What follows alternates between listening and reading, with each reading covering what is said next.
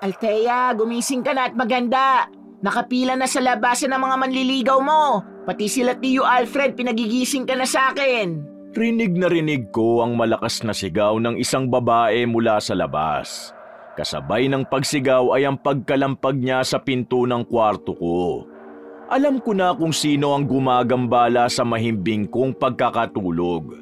Walang iba kung hindi ang pinsan kong si Luna. Kadarating lang niya uli rito, kaya meron na namang parang takure kung tumili sa bahay namin. Althea, alas 7 na. Bumangon ka na dyan. Bangon at hindi maganda pag tinanghali ka. Sandali, Luna. Para namang may sunog kung gambalain mo ko. Nasa labas na kasi mga manliligaw mo. Nagkukos na ng traffic. Sige ka, baka maunahan pa kita ron sa poging tindero ng pandesal. Dalian mo na. Napailing ako habang nakatalukbong pa rin ang kumot. Minsan, hindi ko pa rin maintindihan ang mga sinasabi niya. Marahil ay dahil nakapagbakasyon siya nung nakaraang linggo sa Maynila. Kaya naman kakaiba siya kung magsalita. Nahahawa na nga rin ako. Luna, hindi ako excited makakita ng Barong Tagalog ngayong umaga. Kaya lubayan mo ko. Mahina ko yung sambit. Ngunit alam kong narinig niya. Pumasok siya sa kwarto ko na may subong pandesal sa bibig. Seryoso ko, Althea. 25 taon ka na. Panahon na para mag-asawa. Hindi pwedeng puro ganda lang. Dapat may nag-aalaga din ng ganda mo. Binuksan niya ang kurtina ng kwarto ko. Napapikit pa ako ng tamaan ng sikat ng araw ang mukha ko. Kaya ko namang alagaan ng sarili ko, no? Tsaka bakit bang sipag mong ipaalala ang edad ko, Luna? Para kang kalendaryong naglalakad. Kasi sa dami ng nanliligaw sa'yo, parang may paraffol tuwing umaga. Tapos ikaw ni hindi man lang pumipili ng mananalo. Araw-araw sila dyan at naghihintay sa'yo. Isipin mo ha, ang ilan dyan, taon nang nanliligaw sa'yo. Sabihin mo nga, babae talaga ang gusto mo, no, Althea? Napatawa ako sa sinambit niya kahit medyo inaantok pa. Inirapan ko siya para barahin. Sabihin mo na lang kasi na gusto mong ikaw ang mamili para sa akin, Luna. Bumangon na ako at nag-inat-inat pa. Tinupi ko na rin ang kumot at isinalansa ng mga unan. Pwede rin kasi alam mo, kung ganyan lang ako kaganda, matagal na akong may asawa. Ang dami-dami kayang pagpipilian. Hindi ko alam kung bakit ka nahihirapan. Di sana, matagal mo nang natupad ang gusto nila Tio Alfred at Tia Thelma. Bakit? Sila rin naman itong pihikan na. Kapag may napipili kaya ako, ayaw din naman nila. Kaya nga tinatamad na rin akong bumangon at harapin ang mga masusugid kong manliligaw. Kasi pakiramdam ko rin, sinasayang nila ang mga panahon nila sa akin. Sa huli naman, isa lang din ang pipiliin ko Ay, ganun talaga ang panliligaw, Althea. Matirang matibay. Kung sumusuko na agad sila dahil nakita nilang maraming karibal, ibig sabihin mahihina ang mga loob nila. Maganda nga ganito dahil mas nakikita mo kung sino ang para sa'yo, kung sinong gwapo lang, kung sino ang masipag at kapaki-pakinabang, at kung sinong hindi ka iiwan hanggang sa dulo. Kaya dapat lang na maging mapili sila, Tio, kasi ang mapapangasawa mo makakasama mo habang buhay. Huminga ako ng malalim. May punto naman ang sinasabi ni Luna. Ngunit dahil araw-araw ko na itong ginagawa, pakiramdam ko ito lang ang layunin ng buhay ko. Ito nga lang ba talaga? Wala akong ibang ginagawa kung hindi ang tumanggap ng bisita, makipag-usap at makipagkilala. Pakiramdam ko, isa akong tropeyo na pinag-aagawa na makuha. Minsan, hindi ko mapigilang mainggit kay Luna dahil buti pa siya nakakapaglakwat siya. Nagagawa ang gusto niya at nakakagala sa Maynila. Kung ganun, Luna, pakisabi na lang sa kanila na hindi pa ako handa. At hanggat wala pa akong kape, hindi ako makikipag-usap. Sige, mahal naming magandang prinsesa. Kape muna bago ang ligawan. Masusunod po. Sasabihin ko kay Tio Alfred ang request mo. Naglakad siya papunta sa pinto bago ako muling sinulyapan. Hihintayin ka namin sa baba ha. Magpaganda ka pero bilisan mo. Ang dami-dami na nila ron. Para silang mga bubuyog, umiingay na rin. Hindi ka na nasanay. Pagkaalis niya, saglit akong napatitig sa kawalan. Kung pumili na lang kaya ako kahit hindi ko gusto, matatanggap kaya nila, Papang? Napapagod na ako rito. Gusto ko nang makagawa ng bago sa buhay ko. Sumilip ako sa bintana at nakita kong ang marami ng tao ang nakapila sa ibaba. Ang iba naman ay may kanya-kanyang mga pakulo. May mga nag-iigib ng tubig at tinutulungan si Mamang. Ang iba naman, nagsisibak ng kahoy para magpakitang gilas kay Papang. Mayroon ding may mga dalang gitara, bulaklak at tsokolate. Kapwa nakapustura at matikas ang pagkakatayo habang naghihintay sa akin. Ngunit may nakatawag ng pansin ko. Yun ay ang lalaking nasa dulo. Ngayon ko lang nakita ang lalaking yun ah. Taga rito rin ba siya? Wala siyang kahit na anong dala, pero kakaiba ang dating niya. Nanlaki ang mga mata ko nang magtagpo ang aming mga mata. Napakalayo ko at nakatago, kaya imposibleng makita niya ako. Paano niya nagawa yun? Nagsitayuan ang mga balahibo ko sa katawan nang gumuhit ang malawak at nakakaakit niyang ngiti. Tama nga ako. Nakikita niya ako. Napakatalas naman ang mga mata niya. Dahil sa kaba, nagmadali na akong maligo at magayos. Naghanda na rin ako ng bestidang isusuot at matapos tingnan ang itsura sa salamin, lumabas na ako sa kwarto ko. Agad naman akong sinalubong ng pambihirang ngiti ni Luna. Oh, sabi ko bilisan mo Althea. Lumamig na tuloy itong kape. At saka tignan mo, ayun na sila Tiyo at Tia. Lumabas na rin para harapin ang mga bisita mo. Ganyan naman sila para makilatis na ang mga lalaki. Sandali, akin na yung kape. Iinit ko na lang. Teka, umalis ka dyan. Ha? Bakit? Maaapakan kong mahaba mong buhok. Ang haba masyado eh. Haba ng hair. Tabi nga, ako na mag-iinit ng kape mo. Umupo ka na muna ron. Wala naman akong nagawa kung hindi sundin siya. Akala ko naman kung anong naaapakan niya. Sakto namang bumalik sila Mamang at Papang para kumustahin ako. Ano anak, kumusta? Maayos ba ang tulog mo kagabi? Kasi mukhang matagal tayong matatapos ngayon. Binilang ko sila at lumampas ng 100. Nanlaki ang mga mata ko at maging si Luna ay nasamid ng marinig yun. Tinitikman niya kasi ang kape ko. Seryoso, Tia? Umabot ng 100? Bakit naman napakarami? Hindi ko rin alam. Anong hindi mo alam, Ma? Siyempre, napakaganda ng anak natin. Hindi malabong maraming magkagusto sa kanya. Lalo pa ngayon na kakaiba ang ganda niya. Parang araw-araw ay nadadagdagan. Hindi ba, Althea anak? Eto naman si Papang, napakabulero. Ganyan ako nakuha ng Papang mo anak eh. Kaya huwag ka magpapabola sa mga lalaki dyan ha. Hindi lahat ng sinasabi nila ay totoo. Dapat ay kilatisin mo. Kung ayaw mong mapakasalan ng katulad ng Papang mo. Oh, bakit naman? Katulad ko nga ang dapat mapangasawa ng anak nating si Althea. Tignan mo, naging masaya ka sa akin. Masaya ang pamilya natin. Gusto ko ganun din ang mangyari sa kanya. Inakbayan ni Papang si Mamang kaya sumilip ang matamis ng ngiti sa mga labi ni Mamang. Ikaw talaga. Ang gusto ko lang para kay Althea, talinuhan niya sa pagpili ng mga manliligaw niya. Hindi naman tayo nagmamadali. Gusto ko yung aalagaan siya katulad ng pag-aalaga natin sa kanya. Kung paano natin siya ituring na prinsesa, sana ganun din ang mapangasawa ng anak natin. Isang mabuting tao. Dahil ang mapapangasawa mo anak, ang magiging ama ng mga anak mo. Kailanman ay hindi makakapili ang anak ng ama nila. Kaya sinikap ko ring piliin ang pinakamabuting tao sa lahat at yun ang naging Papang mo. At kapag mabuting tao ang mga magulang, magiging mabuting tao din ang anak. Katulad mo, Althea. Alam naming hindi mo kami bibiguin at magiging masaya ka sa pipiliin mong asawa. Sandali akong nag-alangan. Hindi ko alam kung bakit nagkaroon ng kaba sa dibdib ko. Pakiramdam ko ay isang malaking responsibilidad ang pumili ng lalaking makakasama sa buhay dahil sa akin din nakadepende ang magiging kinabukasan ng mga anak ko. Umigop na ako sa kapeng ibinigay sa akin ni Luna. Ilang sandali lang, nagpasya na akong labasin ang mga nakapila kong manliligaw. Akmang kakausapin ko na ang nasa unahan nang may bumusina sa harapan ng bakura namin. Dumaan ang kotse papasok at bumaba ang isang lalaki. Sandali, parang kilala ko yan, Althea. Siya ang anak ng mayor ng bayan natin, si Jonathan.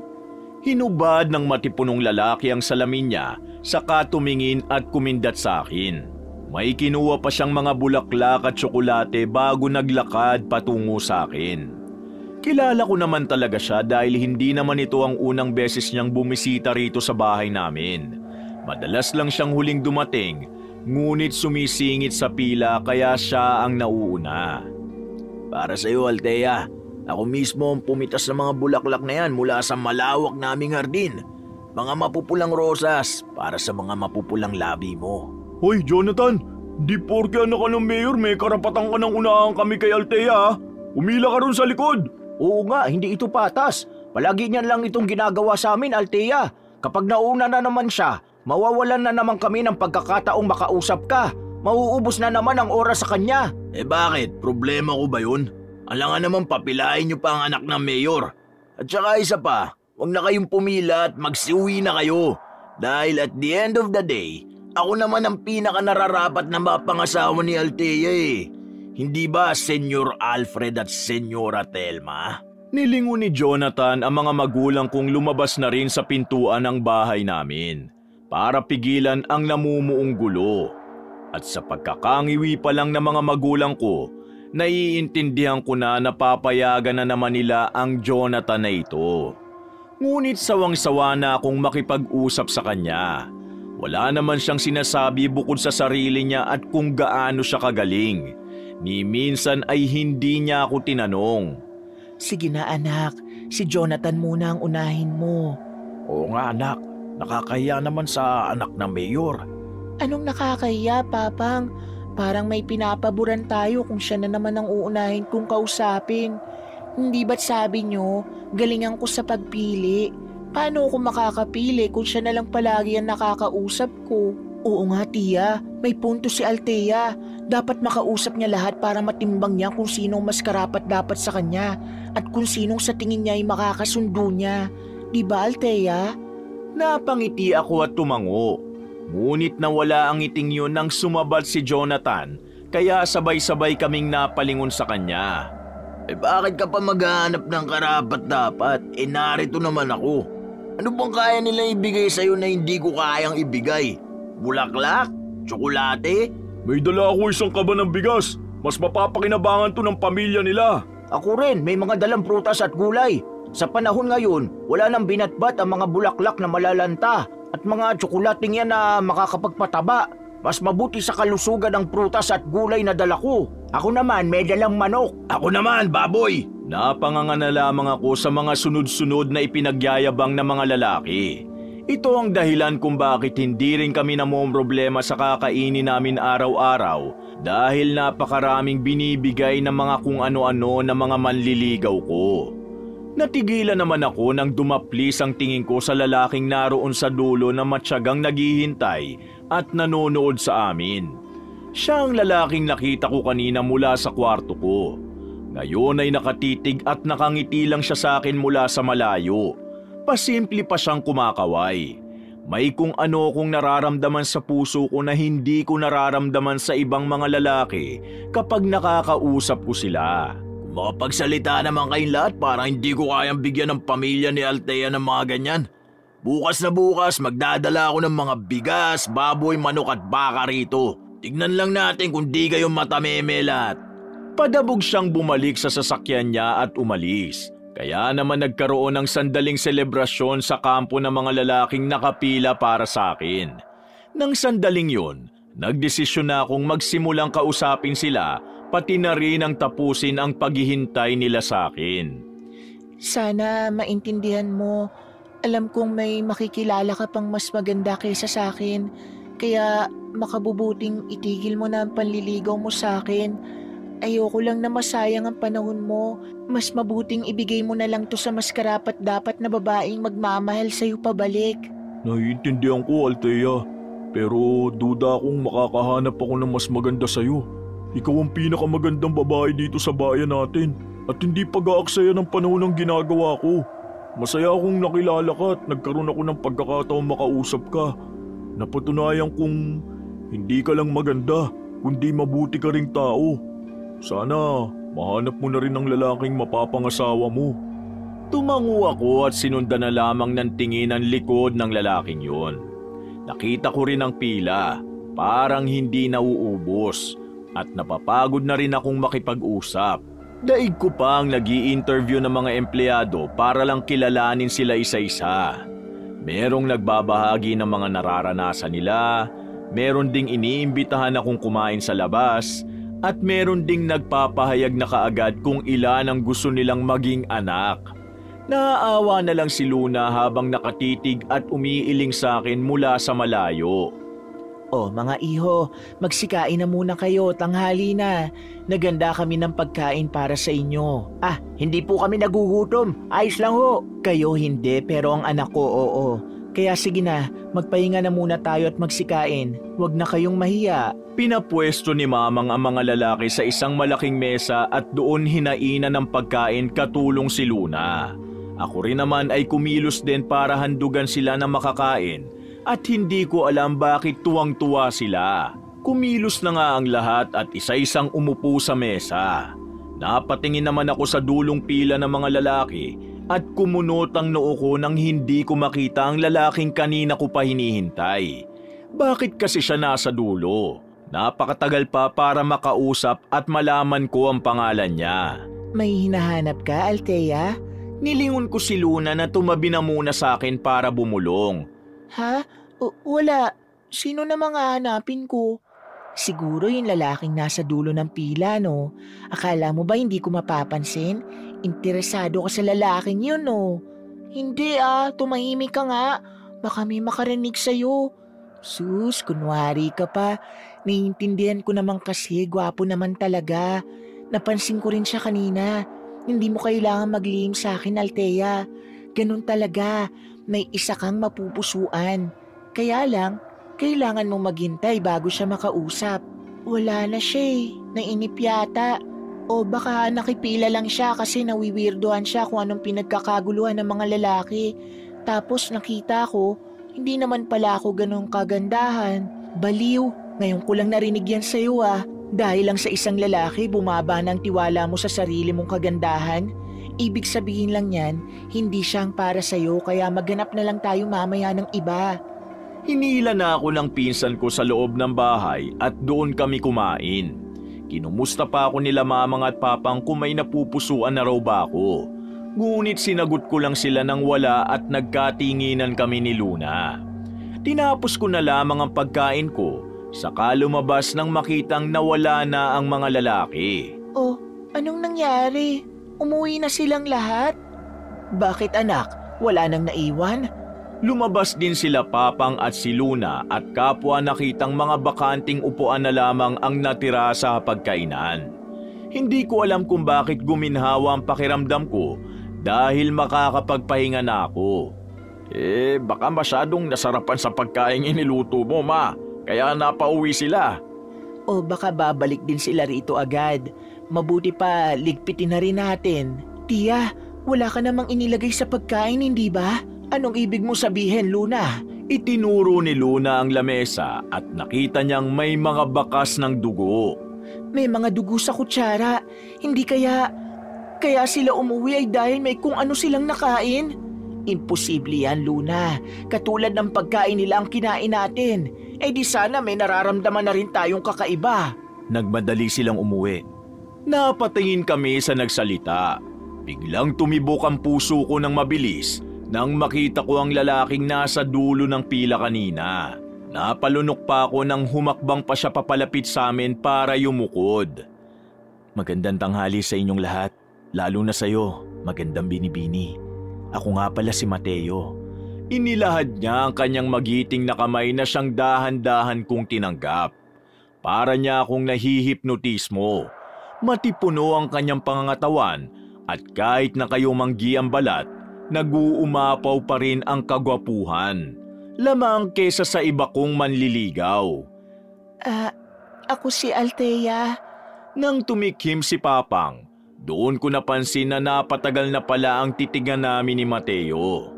Naikalas ko ang kamay ko mula sa pagkakahawak sa kanya at napaiwas ng tingin na mag-init ang aking mukha. Bakit may kakaibang init sa kamay niya? Nakakapaso. Mateo, ito naman sila mamang at papang at ang pinsan kong si Luna. Magandang tanghali ho sa inyo. Ikinagagal ako kayong makilalang lahat. Bago lamang ako sa bayang ito at hindi ko akalaing makakakita ako ng isang magandang binibini na pinipilahan ng marami.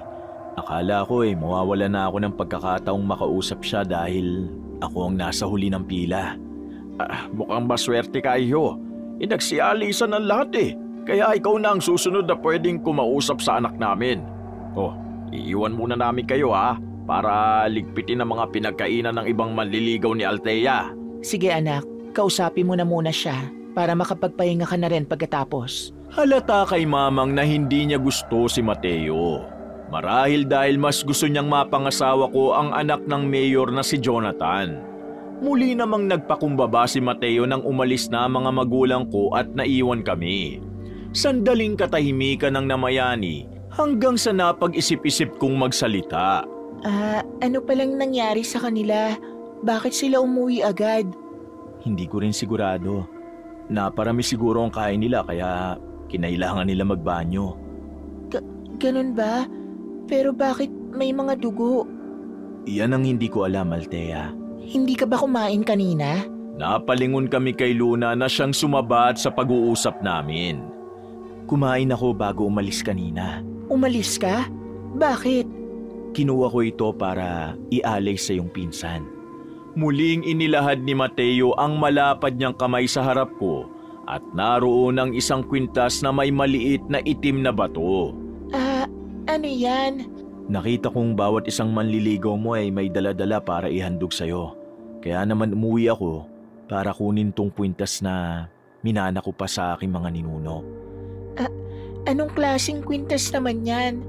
Ngumiti siya sa akin at para bang nabulag ako. Hindi ako nakakilos agad nang umiikot siya sa likod para isuot sa akin ang kwintas. Isang espesyal na kwintas para hindi mo ako makalimutan. Matagal na kitang pinagmamasdan at noon wala akong lakas ng loob na lumapit sa'yo. Bukod sa napakarami kong karibal, napaka-imposible na mapili mo ko. Pero ngayon na wala na sila, tila ba sinagot ang pangarap ko. Nagkaroon ako ng tsansa na makalapit at makausap ka, Althea. Humarap siya sa akin at tinignan ang kwintas na suot ko. Hinawakan ko naman yon saka siya pinagmasdan. Parang may kung anong puwersa ang kwintas dahil naririnig ko ang nakabibinging pintig ng aking puso. Para akong mababaliw. Sana ingatan mo ang kwintas na yan at huwag mong alisin sa piling mo. Yan ang tanda ng pagmamahal ko sa iyo, Althea. Gusto kitang mapangasawa at makasama balang araw. Lumalim ang paghinga ko. Kahit malakas ang simoy ng hangin, ay pinagpapawisan ako ng malamig. Ngayon ko lang ito naramdaman. Para akong nauuhaw at napatitig na lamang sa kanyang mapupulang labi. Nagulat na lamang ako nang haplusin niya ang braso ko, maging ang pisngi ko. Napapikit ako na puno ng pag-aasam. Ikaw ang babaeng matagal ko nang hinahanap, Althea. Napamulat ako at nakita ko ang kakaiba niyang ngiti. Ngunit hindi ko na siya natanong pa nang marinig namin ang ilang mga grupo ng tao na sumusugod sa bahay namin. Alfred! Thelma! Lumabas kayo riyan! Anong ginawa niyo sa mga anak naming lalaki? Bakit sila nagsusuka ng dugo? Oo nga, ang sabi nila ay kumain sila rito dahil pinilit nyo silang magtanghalian. Pagkatapos ay nakaramdam sila ng kakaiba sa kanilang kalamnan. Ngayon lumuluwa ng kanilang mga mata, kakaubo ng dugo. Tama! At ang anak ko rin na paralisa ng gusto. Dito lamang daw sila nang galing at kumain. Sandali, paano mangyayari yun? Sinasabi nyo bang dahil sa amin kaya nararanasan ng mga anak nyo mga ganyan? Oo nga, pinagbibintangan nyo ba ako? Pinakain ko lamang sila dahil tanghali na. Pakonsuelo sa paghihintay nila sa anak namin. At isa pa, paanong dahil sa pagkain yun din naman ang kinain namin? Sana kami rin ay kung ano-ano nang nararamdaman. Baka ibang dahilan. Umalis na kayo at tigilan nyo na ang panggugulo rito. Nakakahiya, nasisira ang imahe ng pamilya namin. Ha! Ganyan ba ang ugali ng pamilya nyo, Telma? Hindi kayo marunong umako ng pagkakamali. Imposibleng hindi kayo ang may kasalanan. Sige nga, ipakita nyo sa amin ang pagkain niluto nyo at ang mga pinagkainan ng mga anak namin kung walang bakas ng kung anuman lason. Napaatras ako. Doon ko naalala na may mga bakas ng dugo ang mga kutsara at pinagkainan ng mga lalaki kanina. Yun ba ang totoong dahilan kung bakit nagsialisa ng mga manliligaw ko? Ngunit kumain din naman kami at si Mateo kanina at wala siyang naramdamang kahit na ano. Narito pa siya. Siya ang makapagpapatunay na walang kasalanan si Mamang. Nilingon ko si Mateo para kausapin. Ngunit hindi ko na siya nakita sa tabi ko. Ang sunod ko na lamang na nasaksihan ay ang pagsugod ng mga tao sa loob ng bahay namin. Ano bang ginagawa nyo? Trespassing na ito. Masyado nyo nang hinaharas ang pamilya namin. Manahimik ka, Telma. Kung ikaw ang nasa kalagayan namin at may mga anak na lalaking naghihingalo, maiintindihan mo kung bakit kami nagkakaganito. Palibhasa, masyado kayong mayabang na may anak kayong magandang dalaga.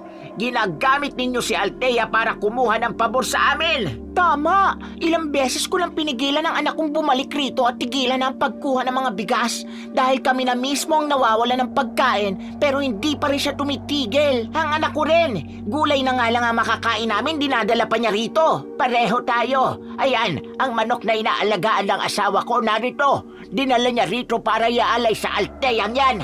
Siguradong sinasadya nilang hindi mo na mamili na mapapangasawa si Althea para mapakinabangan pa ang mga anak natin at mahututan ng mga pangkabuhayan. Aba, sumusobra na kayo ah. Inutusan ko ba ang mga anak nyo na pumunta rito? Sila ang nagkusang manligaw sa anak ko. Kasalanan ko ba kung ipinanganak na may angking kagandahan si Althea?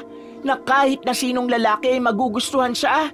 Hindi! Kaya wala kayong karapatang husgahan ang pamilya ko. Manahimik na kayo. Nakita na namin ang ebidensya. May mga dugo sa ilan pang kutsara na hindi pa natapos hugasan. Tumawag na tayo ng pulis dahil isa itong paglalason. Nilaso ng pamilya ni Telma at Alfred ang mga anak natin. Napanganga ako. Kung hindi pa siguro inutos ni Papang kay Luna na kunin ako, ay nahimatay na ako sa lahat ng mga naririnig ko. Halika na muna sa kwarto, Althea. Hindi makakabuting masaksiyan mo mga to. Sumama ka na sa akin. Sandali, paano sila, Mamang? Wala silang kasalanan. Totoo namang kinain din natin ang mga pagkain inihanda rin sa mga lalaki. Kahit nga si Mateo kumain din pero okay naman siya, di ba? Alam ko. At alam kong hindi magagawa ng mamang mo na lasunin ang mga manliligaw mo. Kung ganun, paano nangyari to? Bakit siyang sinisisi ng mga tao? Hindi ko rin sigurado, Althea. Hintayin na lang natin na maging maayos ang lahat. Kumalma ka at maayos din to. Narinig ko ang mga sirena sa labas na nanggagaling sa mga pulis. Lalo akong napaluha at kinabahan. Hindi ako mapakali sa takot dahil bakit huhulihin nila sina Mamang at Papang. Mabilis akong bumaba sa hagdan para puntahan sila Mamang. Nakarating sa amin ang report ng maraming mamamayan dito kaya inaanyayahan namin kayo na sumama sa amin sa pulisya para makapagpaliwanag. Hindi sasama ang mamang ko. Ano bang ginagawa nyo? Wala siyang kasalanan. Papang, ipaglaban mo si Mamang. Anak, huminahon ka. Sasama ako sa mamang mo sa pulisya para matapos na itong lahat. Babalik kami rito agad kaya naman ikaw palagi kang makikinig kay Luna. Aalagaan ka ng pinsan mo.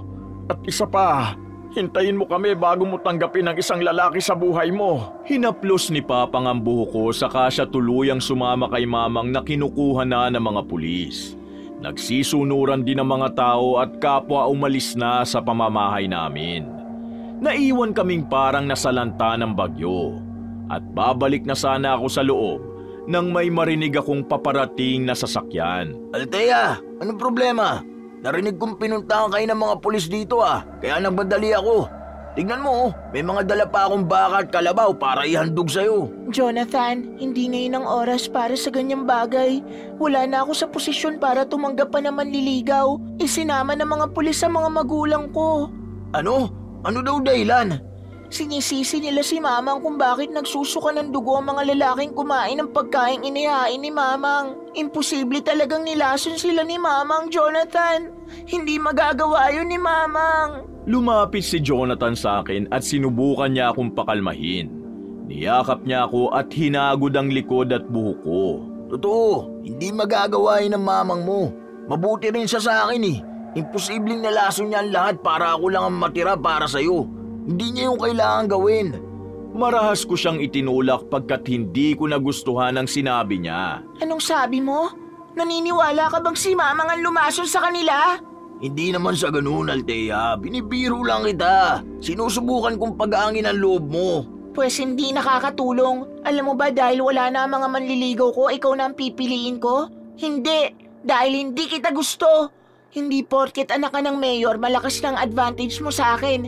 Kahit ibigay mo sa akin ang lahat ng yan, hindi pa rin kita pipiliin. Dahil ang gusto kong mapangasawa ay yung handa kong ipagtanggol lalo na ang pamilya ko.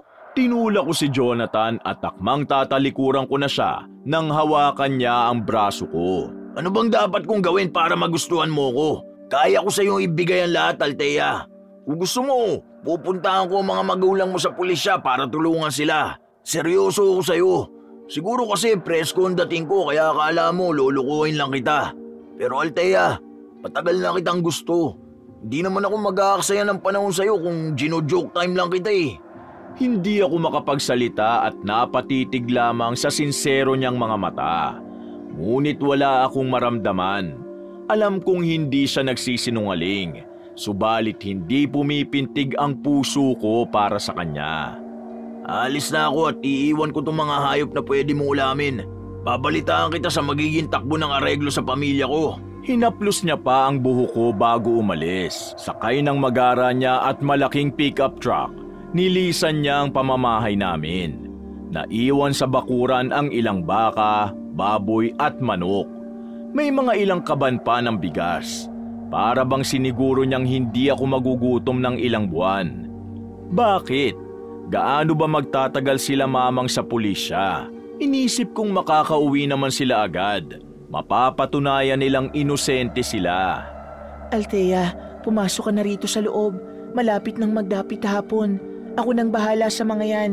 Mag-aasikaso na rin ako ng hapunan nating dalawa. Salamat, Luna.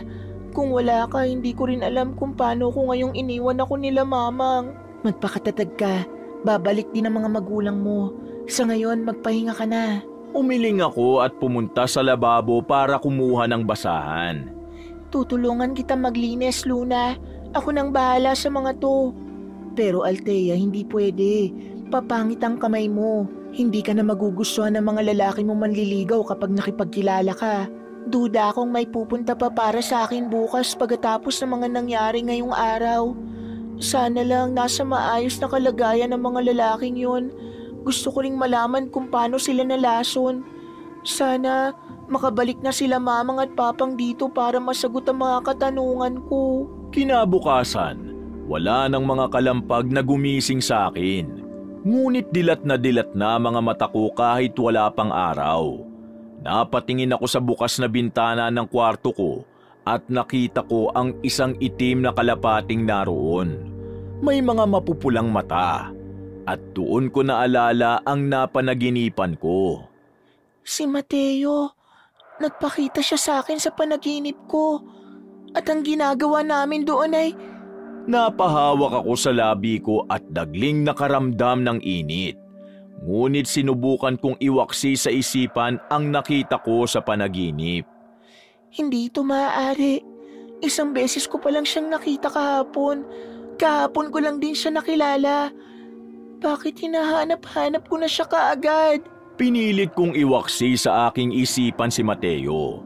Ngunit kahit nang lumabas ako sa kwarto at maisipang maglinis, palagi siyang lumilitaw sa alaala ko.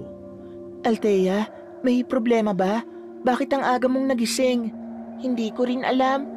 May sakit yata ako, Luna. Ha? Anong ibig mo sabihin? Lumapit siya sa akin at hinipo ang pisngi, leeg at noo ko. Mainit ka nga, pero hindi naman ganun kagrabe. Hindi rin naman sinat o lagnat. Bakit? Ano bang nararamdaman mo? Kapain mo ang dibdib ko.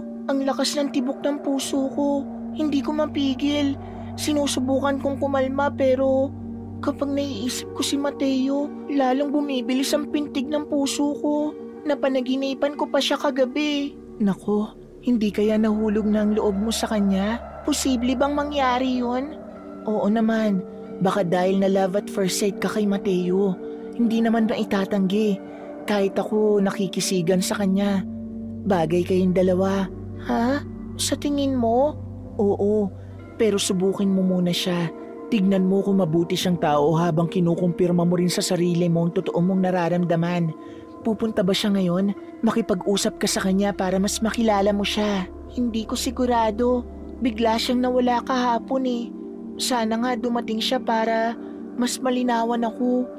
Huwag sana siyang matakot sa mga narinig niyang balita kahapon. Habang naghihintay tayo sa pagsikat ng araw, kakatay muna ako ng manok para may pangulam tayo. Lumabas si Luna pero napasigaw siya kaya naman agad ko siyang pinuntahan. Diyos ko po, ano nangyari sa mga hayop? Bakit Luna? Anong problema? Kahit ako ay nagulantang sa nakita ko sa harapan ng bahay namin. Kapwa wala ng buhay ang lahat ng mga hayop na ibinigay sa amin ni Jonathan, pati na rin ang mga nagmula sa iba't iba ko pang manliligaw. Althea, tignan mo. Kakaiba na ang itsura ng mga kalabaw at baka.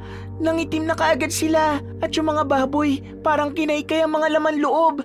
Nakakadiri. Puro dugo rito. Sino ang gagawa nito? Hindi kaya yung mga taong sumugod kina mamang at papang kahapon? Baka gusto nila magiganti. Ano na bang nangyayari? Bakit hindi rin umuwi sila mamang at papang? Yan ang hindi ko sigurado, Althea. Gusto ko nang bumisita ron para alamin pero ayoko namang maiwan ka mag-isa rito dahil baka may gawin sa'yong hindi maganda mga tao. Ano ba kasing nangyari sa mga lalaking manliligaw mo? Isa pa yan sa inaalala ko, Luna. Sana maayos na ang kalagayan nila. Napatingin naman kami ni Luna sa paparating na sasakyan.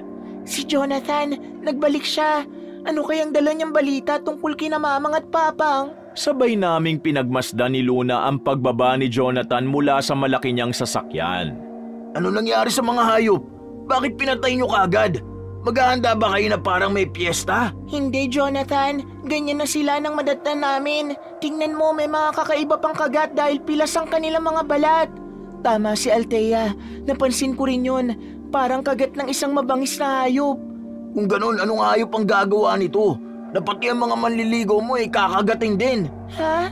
Anong ibig mo sabihin, Jonathan? Malamlam ang mukha ni Jonathan na para bang kinakabahan. Kahit kami ni Luna ay natakot sa sunod niyang sinabi. Ang iba mong mga manliligaw, natagpo ang may wakwak sa lieg, Althea. Patay na sila. Anong sinabi mo?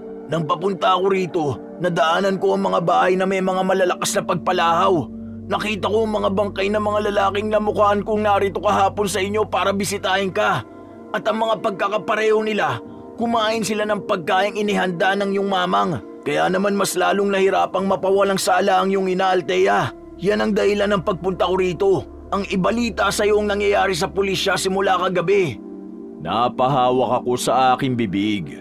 Gusto kong mahimatay sa sobrang pagkabigla. Hindi ako makapaniwala sa mga naririnig ko. At wala akong nagawa kung hindi ang lumuha sa harap ng isang lalaki. Ikinulong ang mamang mo kasama rin ang papang mo dahil pilit na ipinagtatanggol ng papang mo ang mamang mo. Pero Althea, huwag kang mag-alala dahil kukuha ako ng abogado. At ipinapangako kong papiyansahan ko sila para makabalik na sila rito sa piling mo. Napakagat ako sa ibabang labi ko. Hindi ko alam na ang ipinahiya ko kahapon sa harap ng maraming tao ang siyang tutulong sa akin. Nayakap ko na lamang siya sa labis na pagpapasalamat.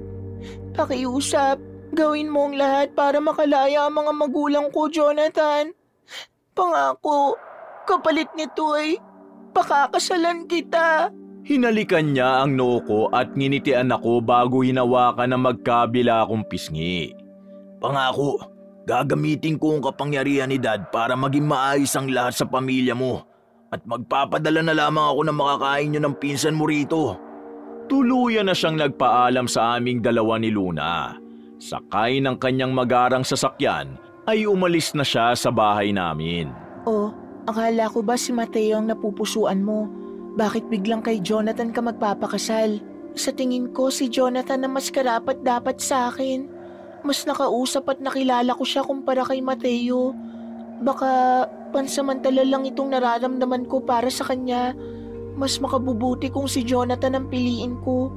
Dahil pinatutunayan niya sa akin ngayon kung gaano siya kaseryoso, makuha lamang ako.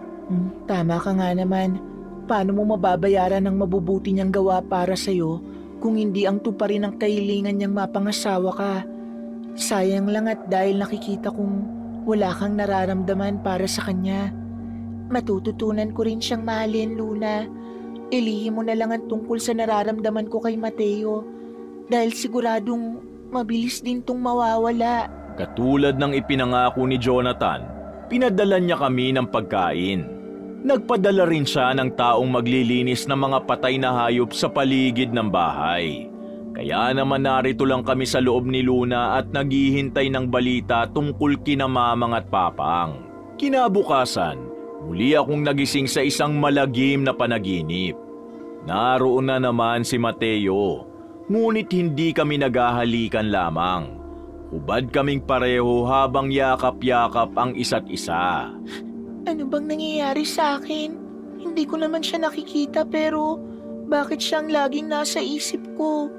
Bakit nagkakaroon ako ng mga panaginip tungkol sa kanya? Akala ko ba makakalimutan ko na siya agad? Pero bakit parang lumalala pa? Nakaramdam ako ng kakaibang init. Hinubad ko ang aking bestida at sinubukang haplusin ang sarili ko habang naiisip si Mateo. May kung anong apoy ang dumadampi sa akin at napansin ko na lang ang isang pamilyar na kalapati sa may bintana na pinanonood ako. Natutuwa ka ba sa nakikita mo? Mabuti na lamang at kalapati ka dahil nakakahiyang malaman ito ng kahit na sino. Ang tunay kong pagnanasa kay Mateo. Lumipad ang kalapating yon papasok sa loob ng kwarto ko. Paikot-ikot siyang pumapagaspas hanggang sa tuluyan siyang lumabas. Napaigtad naman ako nang marinig ko ang mga pagkatok sa pinto ng bahay namin. Mabilis akong nagbihis at tumayo. Si Jonathan na ba yan? May dala ba siyang balita tungkol kay Mamang? Madilim pa ang langit nang dumungaw ako sa bintana at imbes na si Jonathan ang makita ko, si Mateo ang naroon at matyagang nakatayo at naghihintay. Lumingon siya kaya muling nagtagpo ang aming mga mata. Mabilis akong bumaba para pagbuksan siya ng pinto. Mateo, anong ginagawa mo rito? Akala ko hindi ka na babalik. Dinalang kita ng bulaklak, Althea. Mabango yan. Subukan mong amuyin. Tinanggap ko ang mga bulaklak na dala niya at totoo nga, napakabango nito. Pasensya na kung ngayon lang ako. Marami lang akong kinailangan gawin. At pasensya na rin kung bigla akong nawala. Wala kang dapat ipaliwanag. Naiintindihan ko naman na baka natakot ka sa posibleng mangyari sa'yo. Wala ka bang naramdaman itong mga nakaraang araw sa sarili mo? Kasi ang mga katulad mong kumain ng inihain ni Mamang, namatay silang lahat. Wala akong ibang naramdaman kundi ang pangungulila sa'yo. Hindi ko pala kaya na hindi ka masilayan, mahal ko. Palagi kitang inaasam na makita. Napalunok ako dahil ang totoo niyan ay ako rin. Kung tatanungin ang puso ko, gusto ko rin siyang palaging masilayan. Kahit hindi pa kami gaanong magkakilala, parang matagal ko na siyang nakakasama. Iba ang koneksyong nararamdaman ko sa aming dalawa. Malakas at puno ng pagnanasa. Inagahan ko palang pumunta rito para yayain ka maglakad-lakad. Gusto kong mapanood nating sabay ang pagbukang liwayway. Maaari mo ba akong samahan? Pangako, ibabalik kita rito pagkatapos. Inilahad niya ang kamay niya na siyang tinanggap ko. Hindi ko na naalalang magpaalam pa kay Luna dahil sumama na agad ako sa kanya. Ilang taon ka na pala, Mateo? Ako? 29. Ikaw ba? 25 na ako, kaya pumipili na ako ng mapapangasawa. Nakakatawa, no? Wala akong ibang alam gawin bukod doon. Sabay sa sistema ng mundo na kapag 25 na, Kailangan may asawa at anak na at bumubuo na ng pamilya. Wala namang masama ron eh. Baka ang nakatadhana sa'yo maging isang prinsesa o kaya reyna. Walang gagawin kung hindi suportahan ng asawa at alagaan ng mga anak niya. Yun nga rin ang tingin ko dahil yun lang din ang alam ko. Tinuruan ako nila mamang sa gawaing bahay pero hindi nila ako pinakikilos. Gusto nila akong ihanda kung paano ko mapagsisilbihan ng asawa ko. Pero parang hindi ako masaya ron, Mateo. Nilingon niya ako. Doon ko napansin na nasa kagubatan na pala kaming dalawa. Nagtataka ako dahil ang bilis naming narating ito. Bakit? Ano bang makakapagpasaya sa'yo? Gusto kong maging malaya, Mateo. Pwede ka namang maging malaya kahit may asawa ka na. Susuportahan kita sa lahat ng gusto mo. Kung hindi mo pa alam kung ano yon, pwede nating tuklasin na magkasama. Napangiti ako sa winika niya. Pakiramdam ko ang gaan-gaan niyang kausap. Hindi katulad ng ibang mga lalaking nakausap ko na ng matagal. Narito na tayo. Ano yan, Mateo? May bahay sa taas ng puno. Oo, bakit? Ngayon ka lang ba nakakita nito? Halika, umakyat tayo. Ano? Sandali, hindi ako marunong. Paano mo makikita ang pagbukang liwayway kung hindi tayo pupunta ron sa itaas? Mas maganda kapag nandun. Tanaw na tanaw mo ang lahat. Natatakot ako, Mateo. Paano kung mahulog ako? Sasaluhin naman kita eh. Nandito ako, Althea.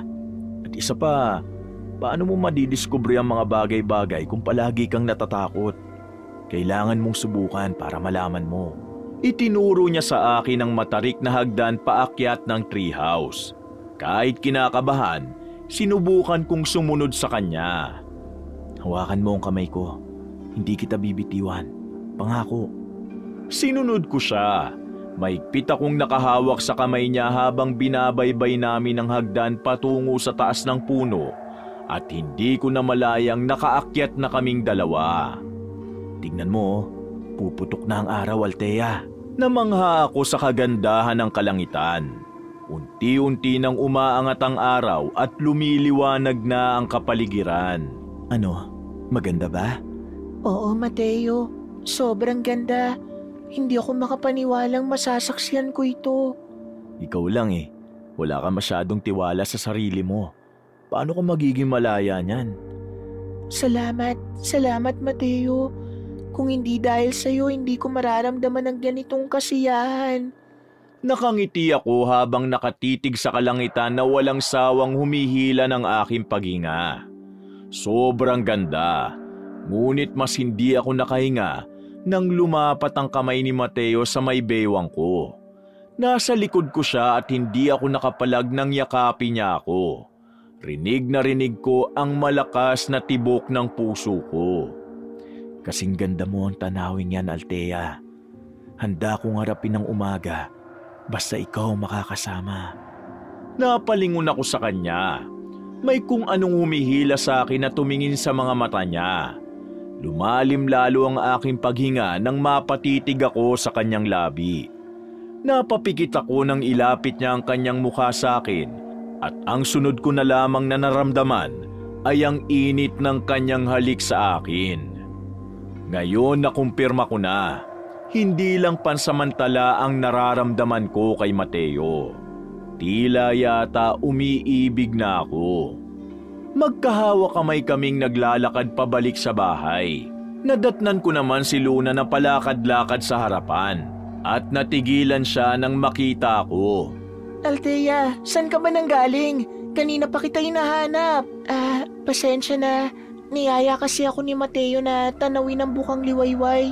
Pero kagaya ng pangako niya, hinatid niya naman ako pagkatapos.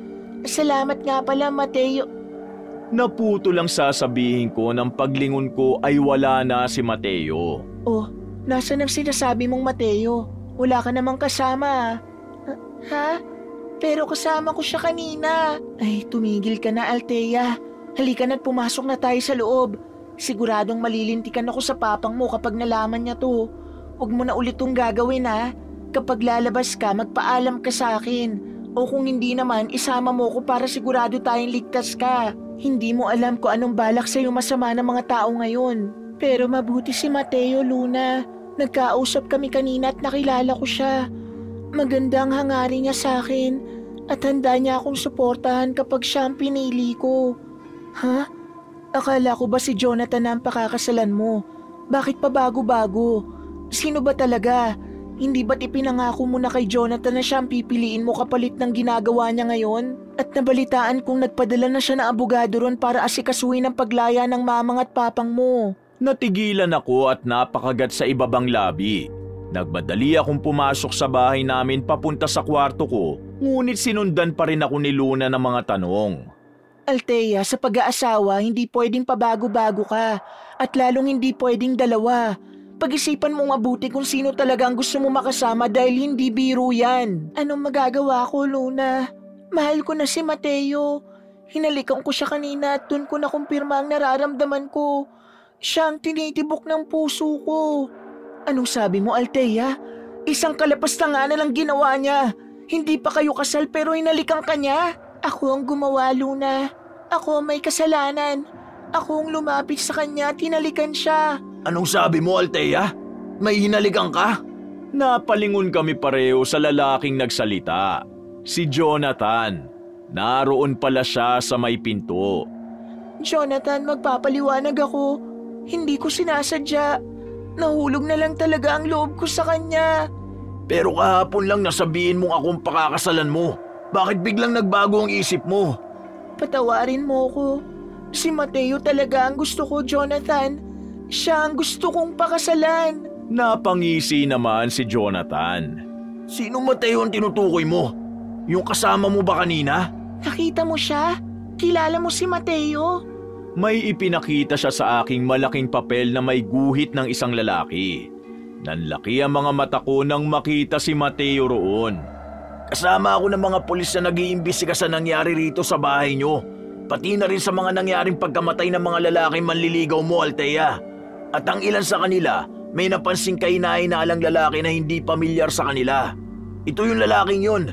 Althea, may nakakita ring umaali-aligid ang taong ito rito. At siya ang posibleng salarin sa pagkamatay ng ilang hayop. At posible rin siya ang sani ng pagkamatay ng iba at paglalagay ng lason sa pagkaing inihanda ng mamang mo. Anong sabi mo? Hindi totoo yan, Jonathan. Hindi magagawa ni Mateo yan sa akin. Mabuting tao siya at nararamdaman ko yun kahit bago pa lang kami magkakilala. Kung ginagawa mo ito para mapalayo ang loob ko sa kanya, hindi ka magtatagumpay. Siya pa rin ang gusto kong mapangasawa. Althea, naririnig mo ba sinasabi mo? Hindi mo pa gaanong kilala ang lalaking yun.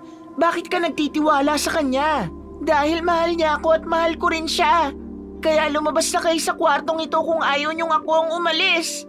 Ikaw, Jonathan, binabawi ko na ang sinabi ko sa'yo.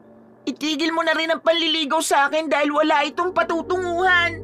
Pumanik ako sa kama ko saka ako tumalikod sa kanila habang nakahiga. Nagtalukbong din ako ng kumot at nang makatulog ako, nawala ang sama ng loob ko nang dalawin muli ako sa panaginip ni Mateo. Nagising na lamang ako ng 7:00 ng gabi at muli ko na namang nakita ang itim na kalapati. Ngunit hindi na sa bintana, kung hindi mismo sa tabi ko na. Nagulat pa ako, ngunit mabilis siyang lumipad papalabas ng bintana. Dumungaw ako roon at nakita ko sa hindi kalayuan ang isang lalaki. Napangiti ako nang makita kung sino yon. Mateo, ikaw ba yan? Mabilis akong lumabas at pumunta sa kanya para yakapin siya ng mahigpit. Hinalikan niya rin ako sa aking mga labi. Anong ginagawa mo rito?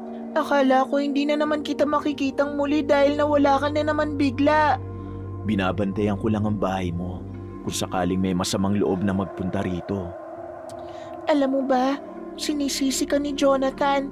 Ikaw daw ang dahilan ng lahat ng kababalagan dito sa bayan namin. Hindi naman ako naniniwala kasi paano mo magagawa yun kung mabuti kang tao? Ganito mo pa ako itrato. Nararamdaman kong mahal na mahal mo ko. Mahal na mahal talaga kita, Althea. Gusto mo bang bisitahin ng iyong mamang at papang? Pwede kitang samahan dun sa pulisya. Talaga? Pwede nating gawin yon, Mateo? Oo naman, bakit hindi? Natigilan naman ako at napabitiw sa kanya. Anong problema, Althea? Bakit ka tumigil sa paglakad? Paano mo nalaman ang tungkol dun, Mateo? Hindi ba't nawala ka na bago dumating ang mga grupo ng tao sa amin noong nakaraan? Tama, sa pagkakatanda ko, hindi mo rin naabutan na dumating ang mga pulis sa bahay namin. Paano mo malalaman na nasa pulisya sila, Mamang? Ano, hindi ba't usap-usapan na yon? Hindi malabong marinig ko ang tungkol doon, Althea. Ang totoo nga, yun ang dahilan kung bakit ako bumibisita rito sa'yo, para pagaangin ang loob mo. Nagdududa ka ba sa akin? Naniniwala ka ba kay Jonathan? Hinaplos niya ang braso ko. Hindi. Nagtaka lang ako pero kalimutan mo na yon. Halika na, puntahan na natin sila, Mamang. Gusto ko na silang makita at makumusta. Ngunit hindi pa man kami nakakalayo nang makita namin sa daan ni Mateo ang isang pamilyar na lalaki. May kasama itong 3 babae. Si Jonathan ba yun? Anong ginagawa niya rito? Akala ko ba seryoso siya sa akin? Pero bakit 3 pa ang nilalandi niya? Mabuti na lang at hindi ako naniwala sa kanya at tinapos ko na ang panliligaw niya sa akin. Anong ibig mo sabihin, Althea? Hinarap ko si Mateo at hinawakan ang kamay niya. Dahil ikaw ang pinili ko, Mateo. Ikaw ang ibig kong pakasalan at makasama habang buhay. Malawak na ngiti ang gumuhit sa mga labi niya. Kung ganon, ano pang hinihintay natin?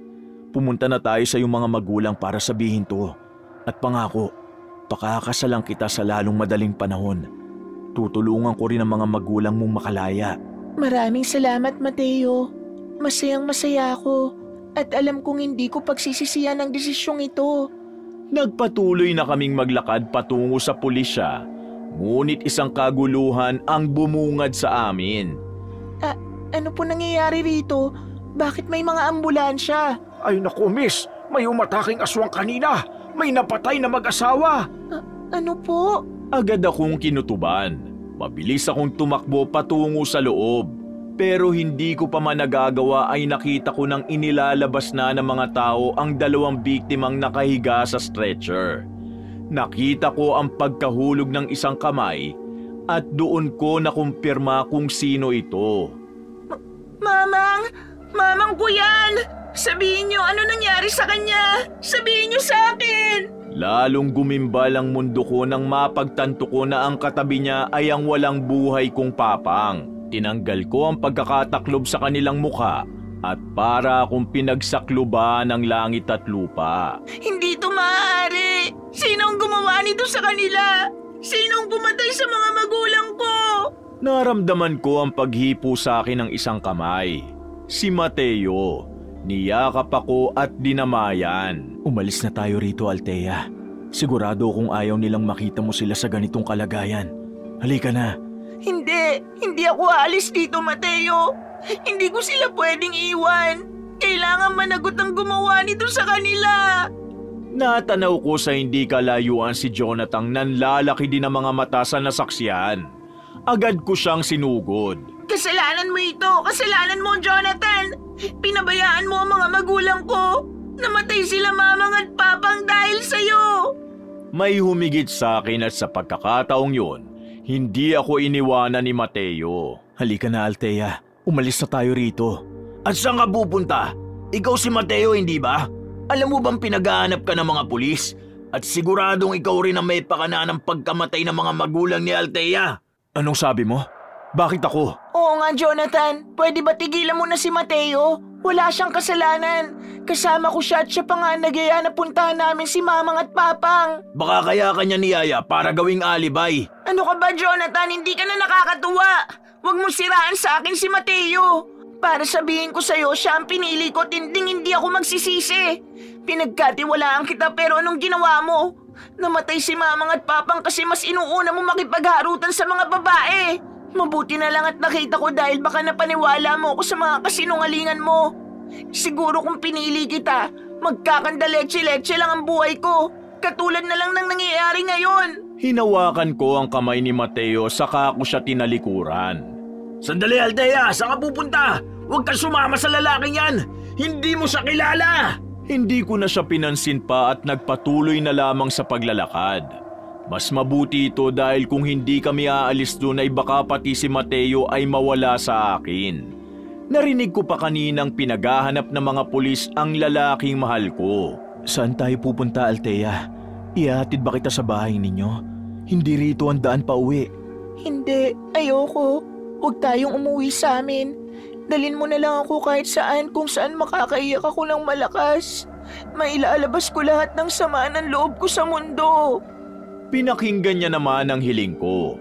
Nakita ko na lang ang aming mga sarili na umaakyat sa treehouse na minsan naming pinuntahan. Dito, pwede kang umiyak dito, Althea. Walang makakarinig sa'yo bukod sa akin.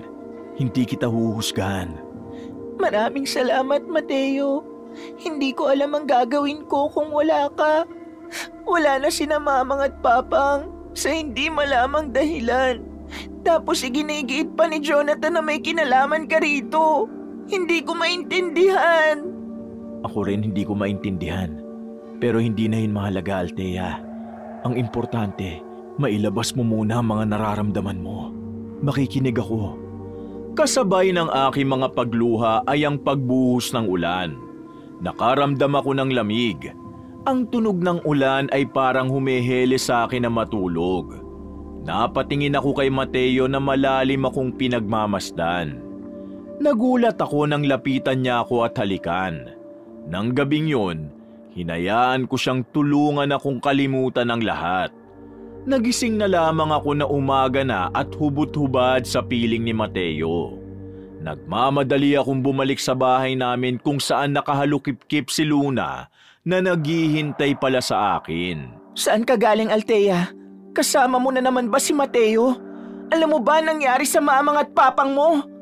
Katulad ng mga mata kong namamaga, ganun din ang kanya. Ngunit sa halip na sagutin, ay pumasok ako sa bahay namin dala ang bigat ng loob dahil pakiramdam ko may nagawa akong malaking pagkakamali. Naibigay ko ang lahat ko kay Mateo. Magkukulong ka na naman ba sa kwarto mo, Althea? Ano bang nangyayari sa'yo? Hindi na kita makilala. Harapin mo nga ako para makapag-usap tayo ng maayos. Hinablot niya ang kamay ko dahilan para mapaaray ako sa sakit. Anong problema? Bakit namumutla ka, Althea? Mainit din ang katawan mo. Para kang inaapoy ng lagnat. Ayos lang ako.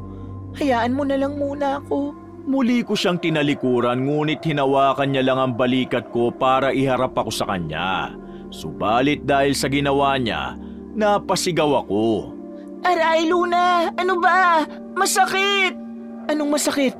Hinawakan lang naman kita. Tinanggal niya ang buhok na nakaharang sa likod ko at doon ay nakita niya ang malaking sugat. Althea, ano nangyari sa'yo? Bakit may kagat ka ng kung ano?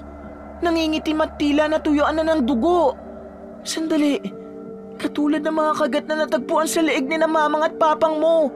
Sino ang gumawa nito sa'yo, ha? Hindi ko alam, Luna. Tigilan mo na nga ang katatanong sa akin. Hindi, Althea. May nililihim ka sa akin. San ka natulog kagabi? Kasama mo ba si Mateo? May nangyari ba sa inyo? Siya ba ang kumagat sa'yo? Hindi ko maalala. Ang alam ko lang, oo, may nangyari sa amin. Pero umalis ako dahil natakot ako nang makita ko ang reaksyon niya na nagsisisi sa lahat. Iniwan ko siyang natutulog. Kung ganun tama ang desisyon mo, halika na muna sa albularyo para matignan kung saan ang galing ang sugat na yan. Pagkatapos, bibisitahin natin kung saan inilibing ang iyong Mamang at Papang. Pwede bang puntahan muna natin sina Mamang at Papang? Hindi ko sila masyadong nasilayan kagabi. Hinila ko na si Luna at nang makarating kami sa lugar kung saan inilibing kaagad ang pamilya ko dahil namamaho na raw, agad akong lumuhod sa kanilang mga lapida at umiyak. Oo nga pala, narinig ko na si Jonathan ang nag-asikaso ng pagpapalibing sa mga magulang mo. Sayang lang at pas pinili mo ang iba kesa sa kanya. Mukhang malinis naman ang intensyon niya sa'yo. Akala mo lang yun, Luna. Dahil may kasama siya mga babae noong nakaraan. Kitang-kita ko kung paano siya nakikipagharutan sa mga yun. Kahit na malaki pa rin ang utang na loob mo sa kanya, marapat lang na magpasalamat ka kahit papano. Dahil kahit wala na siyang mapapala sa'yo, inuuna ka pa rin niya. Napaisip naman ako sa sinabi niya. Sa bagay, May punto siya. Muli akong nakaramdam ng kirot sa may likod ko, malapit sa balikat. Humahapdi yun at parang napipilas. At huli na nang mapagtanto kong nawalan na ako ng malay. Nagising na lamang ako sa isang lumang barong-barong na may kakaibang amoy. Gising ka na pala, Iha. Sino ka? Nasaan ako? Paano ako napunta rito? Althea, nandito tayo sa bahay ng isang albularyo. Malayo natin siyang kamag-anak. Nang mahimatay ka kanina, mabilis kitang dinala rito para gamutin ka. Bakit hindi mo ako sa ospital dinala, Luna? Walang doktor na makapagpapagaling sa'yo, Iha. Ang sugat sa likod mo, kagat yan ng isang halimaw, isang aswang. Tanging magagaling lamang na albularyo ang makagagamot sa'yo. Anong sabi mo? Kagat ng aswang? Nagbibiro ka ba? Mabilis kong isinuot ang balabal na hindi ko rin alam kung paano ako nagkaroon. Siguro'y ibinigay sa akin ni Luna. Tumayo na ako at kinuha ang tsinelas ko para makauwi. Mabuti pa, Luna, umuwi na tayo. Isang kalokohan lamang ang sinasabi ng matandang to. Anong aswang ang pinagsasasabi niya? Sa maniwala ka't hindi, totoo ang mga aswang. Madalas ay nagaanyo silang mga hayop, uwak o mga tao. Takot sila sa araw, pero madalas ay nagpapahid sila ng langis para makalabas at makihalubilo sa mga tao. At ikaw, Iha, napalapit ka sa aswang na yon. Ang suot mong kwintas ang nagpapatunay na napaikot ka ng isang aswang. Napahawak ako sa kwintas na suot ko. Napaisip ako kung ano bang sinasabi nila at gustong patunayan. Na ang nagbigay ba nito sa akin ay isang aswang? Si Mateo yon, kaya imposible. Hindi ako naniniwala sa'yo. Kung sino ka man, hindi aswang si Mateo. Sabay pa naming pinanood ang pagbukang liwayway. Walang bakas na isa siyang aswang, Luna. Kung hindi ka pabor sa amin ni Mateo, huwag kang kumuntsaba ng iba kasi hindi na magbabagong isip ko. Pinili ko na siya. Anong sabi mo? Hindi ba't kabilin-bilina ng papang mo na huwag kang mamimili hanggat hindi pa siya bumabalik? Pero hindi na siya babalik, Luna. Iniwan na nila akong dalawa. At ang tanging meron na lamang ako ngayon ay si Mateo. Kaya magpapakasal ako sa kanya, katulad ng pangarap nila mamang at papang sa akin. Pero hindi mo pa lubusang kilalang lalaking yun, Althea. Wala akong pakialam, Luna. Ang mahalaga, mahal namin ang isa't isa. Hindi ako matahimik kapag hindi ko siya nakikita. Gusto ko siya laging kasama. Hindi na ako makapaghintay na magsama na kami sa iisang bubong. Ganyan ang epekto ng kwintas na yan, Iha. Ang mutya na nasa iyo na hindi maaalis ng kung sino bukod sa iyo at sa aswang. Yan ang dahilan kung bakit palagi mo siyang ipinagtatanggol. Kung bakit palagi mo siyang naiisip, napapanaginipan at hindi mo siya matanggal sa sistema mo dahil napaikot ka na niya. Nahipnotismo. Ang mga aswang na katulad ng nakaharap mo ay mapanlinlang at mukhang hindi ka lang niya nalinlang, Iha. Ang sinapupunan mo, magkakaroon niya ng laman. Napahawak ako sa tiyan ko. Luna, sinabi mo ba sa kanya ang tungkol doon? Hindi, wala akong kailangan sabihin sa kanya. Tama, dahil nakikita ko sa iyo yun, Iha. At ang kagat na nasa likod mo ang patunay. Isang tanda na nakuha ka na ng aswang na tagapagmana. Isang tagapagmana ng lahi ng mga aswang ang pumikot sa iyo, Althea. Natural sa kanila ang gwapong mukha at nakakaakit na mga ngiti. Mabilis sa kanilang paibigin ang kahit na sinong babae kagaya mo at makuha nila ang gusto mula sa iyo. At isa sa mga buwan na ito, lalaki na ang tiyan mo. Hindi ka magdadalang tao dahil isang aswang ang ipinagbubuntis mo. Aswang natatapos sa buhay ng mga tao rito sa baryo. Anong sinabi mo? Nasisiraan ka na yata ng bayet kaya kung ano-ano na ang sinasabi mo. Mamamatay ka, katulad ng pagkamatay ng iyong mga magulang. Kung ayaw mong maniwala sa akin, nasa sa iyo. Pero kung gusto mong mailigtas ang sarili mo, kailangan gumawa tayo ng ritual para patayin ang nasa sinapupunan mo. At ang kagat sa likod mo, Magagamot ko lamang yan kapag hinubad mo ang kwintas. Mapuputol ng kwintas na yan ang hipnotismong ginawa sa iyo ng aswang at babalik ang dati mong sigla at ganda. Napatingin ako sa salamin na nasa gilid. Doon ko nakita ang mga kulubot sa mukha ko. Hindi ko inakalang mabilis na tatanda ang balat ko. Napapaisip ako kung totoo ba ang sinasabi nila. Napatingin ako kay Luna na puno ng pag-aalalang nakatitig sa akin. Kapag nasa maling tao ka talaga, mauubos ka. Hindi mo napapansin ang unti-unti mong paglayo sa sarili mo. Nag-iiba na ang ugali mo at hindi mo na nakikilala pa ang dating ikaw. Nawawala ng ganda at ngiti. Ang kulay mo naman napapalitan na ng pighati. Ang mga katulad nila, mapatao man na isang aswang kung ganito nila tratuhin ang mga babae. Sila ang sisira sa buhay mo, kaya kailangan mong lumaban at pigilan sila. Tumulo ang luha sa pisngi ko. Sumapit na ang gabi at napagpasyahan muna ni Luna na dito muna kami makitulog sa matandang albularyo. Nasa gitna ako ng pagtulog nang may marinig akong boses. Althea, mahal ko, gumising ka. Hinihintay kita rito sa labas. Mateo? Bumangon ako at tiningnan ang paligid. Nakita kong mahimbing na natutulog si Luna sa tabi ko. Althea, puntahan mo ko. Halika rito. Nangungulila na ako sa'yo. Papatayo na ako nang salubungin ako ng matandang albularyo. Huwag mo siyang pakikinggan, Althea. Huwag mo sundin ang sinasabi niya. Mapapahamak ka. Althea, huwag kang maniwala sa kanya. Hindi kita sasaktan. Hindi ka mapapahamak sa akin. Ako na lang ang meron ka. Ako na lang ang nagmamahal sa'yo. Althea, labanan mo. Yan ang kapangyarihan ng aswang na tumanim sa'yo. Kaya tanggalin mo ang kwintas na suot mo para hindi mo na siya marinig pa. Wag, Althea. Yan ang unang regalo ko sa'yo. Pahalagahan mo sana pagkat yan ay galing sa mga ninuno ko. Hindi mo naman siguro ipagsasawalang halaga ang mga pinagsamahan natin. Nangako ka magsasama tayo. Mahal mo ko, Althea. At mahal din kita. Kaya lumabas ka na riyan at puntahan mo ko. Akmang maglalakad na ako nang may humawak ng mahigpit sa kamay ko. Kasunod ay ang paghablot niya sa kwintas na suot ko. Luna, anong ginagawa mo? Bitiwan mo ang kwintas, nagdudugo na ang kamay mo. Wala akong pakialam. Kung ayaw mong hubarin, ako nang mag-aalis nito sa leeg mo. Kung itong dahilan ng pagiging tanga mo, husto na. Hindi lang ang Mateo na yun ang lalaki sa mundo. May iba pang magmamahal sa'yo.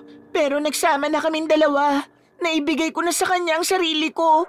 Marapat lang na siya ang piliin ko.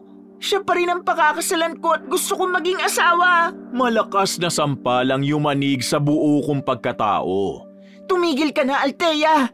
Dahil sa lalaking yan, nakalimutan mo na ang sarili mong pamilya. Siya na lang ang palagi mong iniisip. Masyado ka nang nabulag sa pag-ibig. Pinuntahan mo nga yung mga magulang mo pero hindi man lang kita nakakitaan ng pag-aalala o pagtatanong kung sinong pumatay sa kanila. Aswang ang pumatay sa mamang at papang mo. At isa lang ang pinaghihinalaan kung gumawa nito. Yun ang lalaking bigla na lang dumating sa buhay mo. Si Mateo. Hindi totoo yan. Bitiwan mo ako.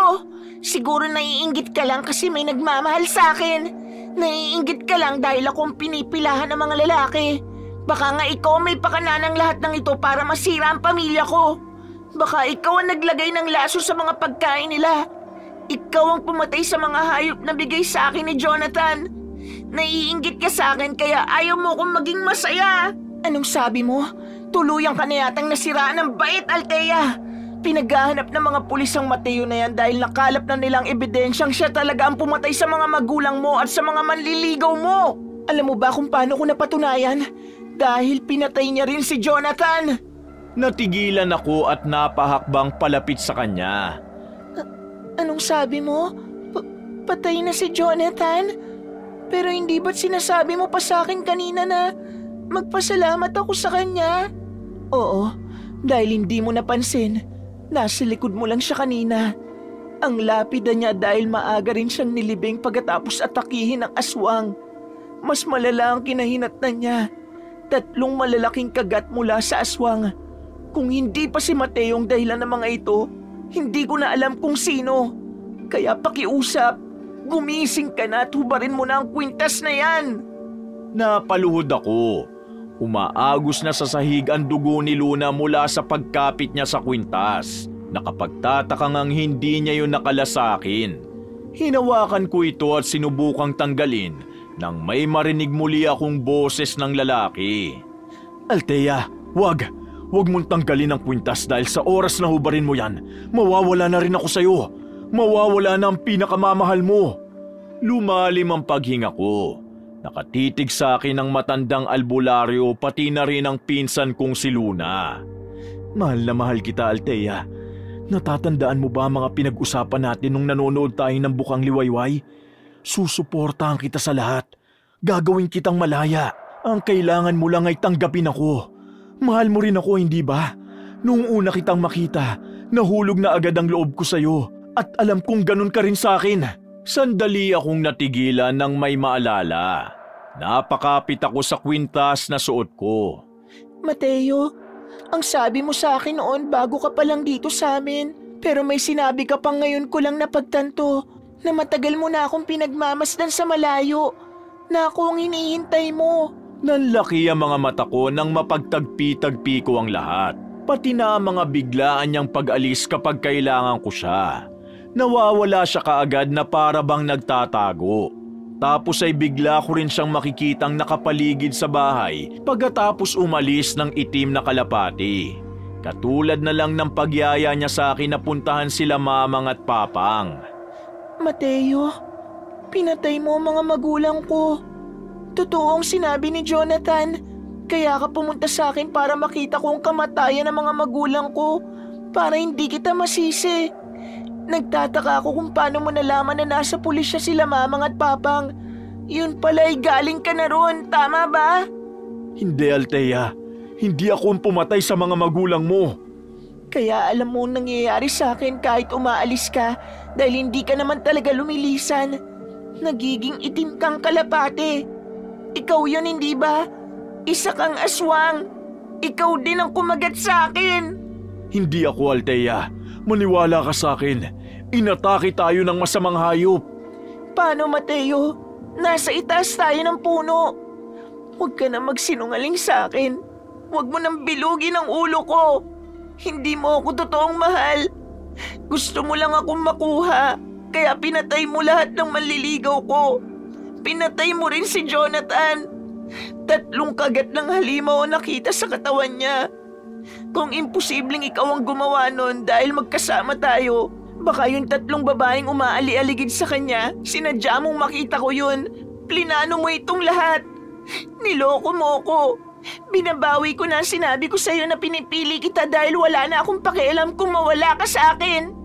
Hindi ko kailangan ng manluloko at aswang na mamamatay tao. Marahas kong ikinalas ang kwintas sa leeg ko. May kung anong usok na itim na kumawala mula sa akin. Agad akong nanghina at napahiga sa sahig.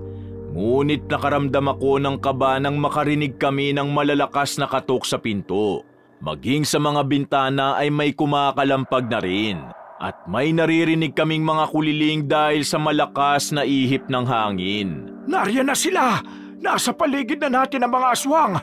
Kailangan na nating simulan ang ritual at pigilin ang pagbuo ng nilalang sa sinapupunan mo, Althea!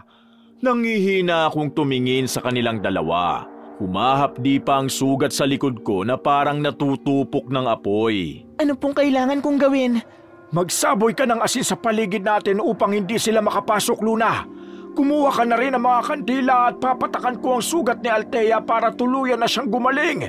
Dahil kapag hindi natin nagamot ang sugat ni Althea, maaari siyang mamatay o tuluyang maging aswang. Mabilis silang kumilos. Ako naman ay namimilipit sa sakit dahil parang may kung anong puwersang sumasakal sa akin. At kahit ang boses ni Mateo ay patuloy ko pa rin naririnig. Naririnig ko ang matinding galit niya sa akin. Oo, ako nga naglagay ng lason sa lahat ng mga manliligaw mo. Dahil hindi na ako makapaghintay na makausap ka. Pagkatapos ay pinuntahan ko isa-isang lahat ng yun para masigurong hindi na sila babalik sa'yo. Ako rin ang pumatay sa iyong mga magulang para hindi nila tayo mapigilan. Pati ang pakialamerong Jonathan na yun. Pinapatay ko siya sa mga kapatid kong babae. Lahat ng yun ginawa ko para sa iyo, Althea. At hindi ako papayag na hindi magtagumpay. Dahil kapag hindi ka sumama sa akin, ang pinsan mo ang kukunin ko. Siya ang pahihirapan ko. Kapag isinilang niya ang magiging tagapagmana ko, papatayin ko na ang pinsan mo. Hindi mo pwedeng gawin yan! Napatingin ako kay Luna na kasalukuyang naghahanap ng mga kagamitang kailangan sa ritual. Hindi ako makakapayag na pati si Luna na walang ginawa kung hindi ang tulungan ako ay madadamay rito. Kung may karapat dapat na magdusa sa lahat ng pagkakamali ko, walang iba kung hindi ako. Nabulag ako sa taong akala ko ay totoo. Ngunit unti-unti niya pala akong sinisira para makuha niya at siguradong katulad ng sinabi niya, wawakasan niya rin ang buhay ko kapag namunga na ang ginawa naming pagkakamali. Kung ganon, sumama ka na sa akin. Buong lakas akong tumayo at napansin niyo ni Luna. Althea, saan ka pupunta? Pupuntahan ko si Mateo. Anong sabi mo? Nababaliw ka na ba talaga? Hindi kita hahayaang pumunta sa kanya. Hinawakan ko ang kamay niya. Walang salita ang naintindihan niya ang gusto kong ipahiwatig. Matapang akong lumabas sa bahay at doon ay nakita ko ang kumpol ng mga aswang na nakapalibot sa akin. Ngunit wala roon ang atensyon ko kung hindi sa lalaking minahal ko. Subalit ngayon ay kinasusuklaman ko na. Umalis na tayo rito. Dalin mo na ako kung saan tayo nararapat. Magpakasal na tayo. Ngumiti si Mateo. Katulad ng kagustuhan ko ay bigla kaming napunta sa isang nakakasulasok na lugar. Doon ay napatunayan kong totoo ang sinasabi ni Luna at ni Jonathan. Masakit pa rin sa dibdib ko ang nangyari. Ngunit kailangan kong gawin ito para mapanatiling ligtas ang pinsan ko. Pati na rin ang masigurong lalabas mula sa akin ang anak namin ni Mateo. Mabilis na lumipas ang panahon. At lumaki nga ang tiyan ko katulad ng sinabi ng kamag-anak naming albularyo. Hindi ko inakalang masisikmura akong tumira sa mundong ito, na puno ng pagsisisi. Tama nga si Luna, si Mamang at si Papang. Hindi madali ang pag-aasawa at dahil sa katigasan ng ulo ko, napangasawa ko ang isang aswang. Bukas sa kabilugan ng buwan, nakatakda ng ipanganak ang bunga ng ating pagmamahalan, Althea. Nilapitan niya ako at hinalik-halikan. Ngunit hindi ko na nagawang tiisin at inilabas ko na ang punyal na matagal ko nang itinatago. Bukas na bukas ay hindi mo na siya makikita. Dahil papatayin na kita, Mateo! Sinubukan niya pa akong labanan ngunit nayakap ko na siya ng mahigpit. Naramdaman ko pa ang malalim niyang pagkagat sa leeg ko na kahit ang mga pangil niya ay bumaon at pumila sa balat ko. Paano mo nagawa sa akin ito, Althea? Dahil narinig ko ang balak niyo sa akin, papatayin niyo rin ako at tanging ang anak ko lang ang dadalhin niyo. Pero hindi niyo ako maiisahan dahil papatayin ko siya sa oras na siya isilang. Sumapit ang kabilugan ng buwan. Tumakas ako sa mundo ng mga aswang at umuwi sa bahay namin. Wala akong nadatnang tao. Kahit si Luna ay wala roon. Buong lakas kong isinilang ang anak ko ng mag-isa. Malakas ang pag-iyak niya na nagpaawa sa akin. Ngunit kinuha ko na ang punyal at itinapat sa kawawang sanggol. Anong gagawin mo? Luna, ikaw ba yan? Oo, ako nga, Althea. Bakit ka may hawak na punyal? Iyan na ba ang anak mo kay Mateo? Oo, kaya huwag kang lumapit sa amin. Isa na rin akong aswang, Luna. Tumakas ka na dahil papatayin ko na siya at ang sarili ko. Bago pa kita masaktan at ang batang ito. Bago pa ito tuluyang makasira ng mundo. Matapang siyang lumapit sa akin at hinawakan ako. Huwag, Althea. Hindi porket masama ang ama, masama na rin ang anak. Pwede mo siyang palakihin ng mabuti at tama. Pero nakatakda na siyang tumapos sa mundo ng mga tao. Yun ang narinig ko. At ako, masama na rin ako dahil pinatay ko si Mateo. Kung nagawa mong pumatay ng masama, magagawa rin yun ng anak mo. Kahit walang ama ang bata, narito ka naman at ako. Pwede natin siyang palakihin na may mabuting puso. Tumulo ang luha sa pisngi ko. Ang punyal ay dahan-dahan kong ibinigay sa kanya. Kung ganon mangako ka sa akin, Luna, na kapag naging masama akong aswang pati ang anak ko, ipangako mong ikaw mismo ang papatay sa amin. Patayin mo kami gamit ang makapangyarihang punyal na yan. Napabuntong hininga siya.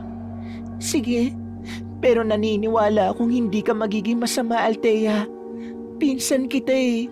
Mas kilala kita kaysa sa sarili mo. At nagpapasalamat ako na bumalik ka rito. Siguradong matutuwa ang mamang at papang mo dahil wala ka mang asawa ngayon. Meron kang anak na maaaring mag-alaga at magprotekta sa'yo. At hindi lang sa'yo, posibleng sa lahat ng mga tao. Wakas!